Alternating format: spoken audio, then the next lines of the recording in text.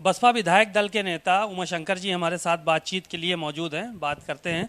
Sir, आज सदन की शुरुआत हो गई है।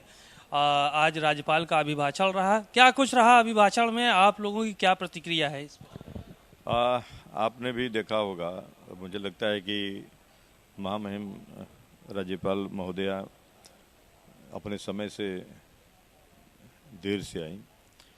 मुझे लगा कि सरकार जो उनसे पढ़वाना चाहती थी वो पहले नहीं भेजी होगी, और यहाँ आने के बाद अगर उन्होंने देखा होगा तो हो सकता है उनको कुछ ऐतराज होगा, लेकिन अंततः वो आई।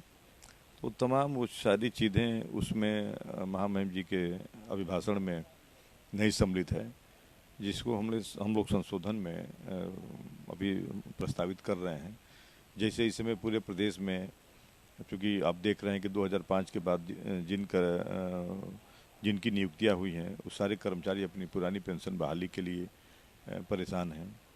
एक नया सिग्यूफा इस समय चल गया है राशन कार्ड का, और इसके नाम पे पूरे माने गरीब समाज दहशत में है कि पता नहीं हमारा क्या हो जाएगा, वसूली हो जाएगी।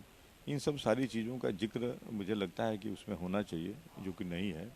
तो कल इस पर जब चर्चा होगी तो हम लोग इस पर जोरदार तरीके से, बहुत सी ऐसी चीज़ें हैं जो प्रदेश हित की हैं, जो शामिल होना चाहिए, लेकिन नहीं था। तो कल इस पर चर्चा के दौरान हम अपने बहुजन समाज पार्टी की तरफ से उठाएंगे इसको। कल आपकी संख्या बल बहुत कम है, तो कल आपका जैसे अभिभाषण पर चर्चा करेंगे, और इसके अलावा क्या अहम मुद्दे हैं जिनको लेकर इस बार आप सदन में अपनी आवाज़ उठाने वाले हैं और जनता की आवाज़ उठाने वाले हैं? देखिए, जैसे कल तो महामहिम राज्यपाल जी के अभिभाषण पर चर्चा होगी।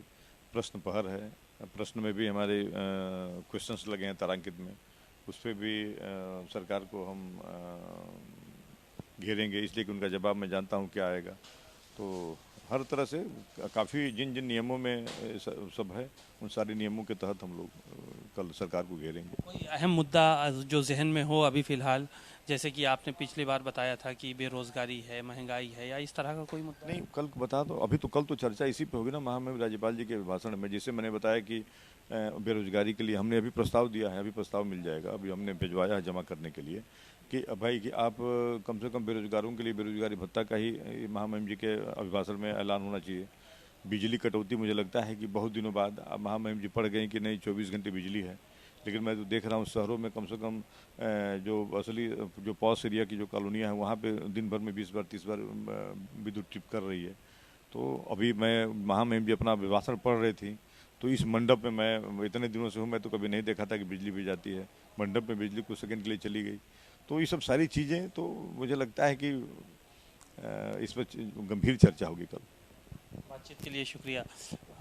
आपने सुना उमाशंकर जी को, उन्होंने साफ तौर पर कहा कि बिजली को लेकर महामहिम के अभिभाषण में तमाम बातें कही गई, लेकिन जब से ये सदन की शुरुआत हुई है, आज पहली बार ऐसा हुआ है कि सदन के अंदर भी बिजली कुछ सेकंड के लिए गई है।